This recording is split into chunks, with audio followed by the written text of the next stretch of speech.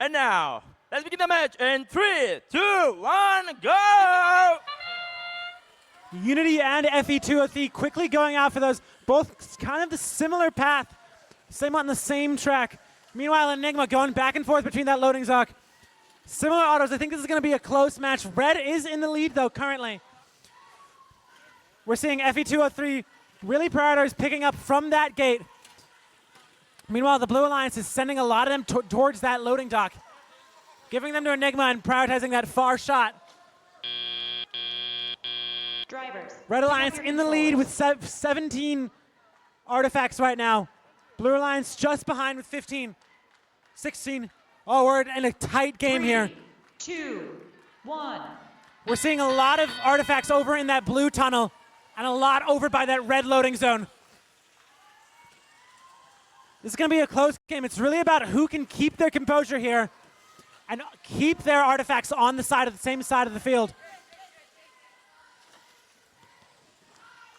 Unity Sunset not missing a beat. Lots of contact in here, going for those middle kernels. FE203 really going after these kernels that are just kind of straying around, making sure the Blue Alliance can't get them at all. Right now, we're seeing the Blue Alliance take the lead by just a couple of points. F5385 doing a great job with gate management on that side. But Metal Benders is getting in there and taking from that loading zone, taking advantage of some of these dropped kernels by Enigma.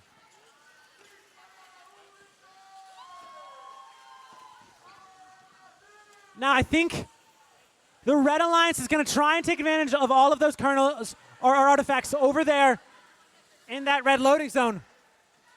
Blue Alliance is kind of going away with the lead. Red Alliance filling up that ramp.